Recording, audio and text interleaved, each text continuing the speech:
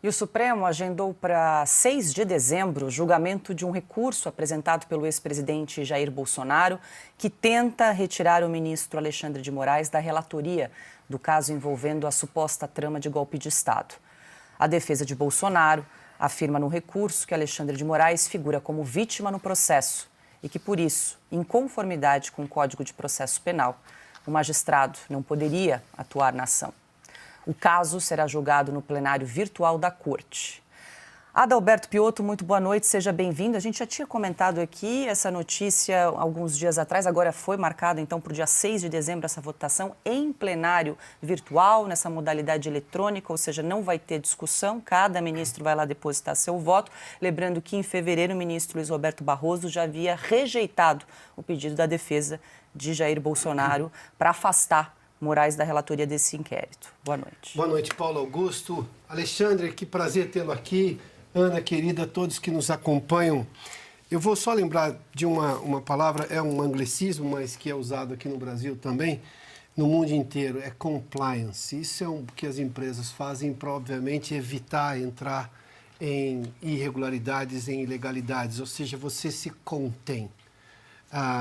Se o Supremo aplicasse esse conceito, e nem precisaria chegar nisso, mas, enfim, alguma coisa parecida com isso, ele próprio tiraria o ministro Alexandre de Moraes desse processo.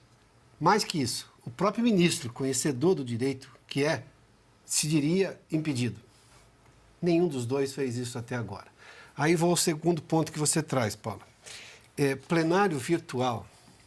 Plenário virtual é quase a mesma coisa. Só não é nada porque a decisão vale.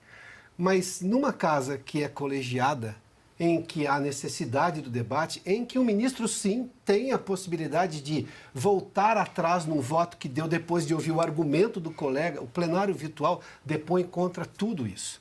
Nós vimos recentemente, naquele julgamento do X, o ministro Luiz Fux divergiu em relação à questão do X, mas era uma divergência aplicada ali, ou seja, o voto é aquele, acabou, faz-se a conta, quem votou a favor ou contra, a divergência não foi levada em conta. Ou seja, o plenário virtual é um Supremo para inglês ver, para usar uma expressão de muito tempo, né? Aqui no Brasil. Nós perdemos, obviamente, essa institucionalidade do Supremo com essa bobagem. Aliás, o Supremo tem duas coisas ruins, turma e voto virtual. Porque são 11 ministros. O que deveria chegar no Supremo eram só poucas coisas. Discussões constitucionais ou discussões que não tem lei para aquilo. Realmente é uma coisa muito nova. Imagina se nós tivermos que fazer, vou dar um exemplo aqui quase esdrúxulo, chegam os marcianos no planeta e eles querem ficar no Brasil, não tem lei para saber como é que você lida com o povo extraterrestre. O que você faz? Bom, ou o Congresso vota rapidamente ou o Supremo decide emergencialmente. Eu estou dizendo que são coisas que estão muito fora. O que está na Constituição, ele só julga a constitucionalidade daquilo. Ponto. Não. Então, 11 ministros têm que se manifestar toda vez sobre todos os assuntos. Então, decisão monocrática é um absurdo, a menos que seja uma emergência, uma urgência. Hoje, amanhã tem que ir para o plenário. E turma são 5. O voto virtual não tem discussão. Então, quer dizer, perde-se muito e aí a gente perde a institucionalidade do Supremo. Com isso, a democracia brasileira, esta sim, nesse aspecto, se abala.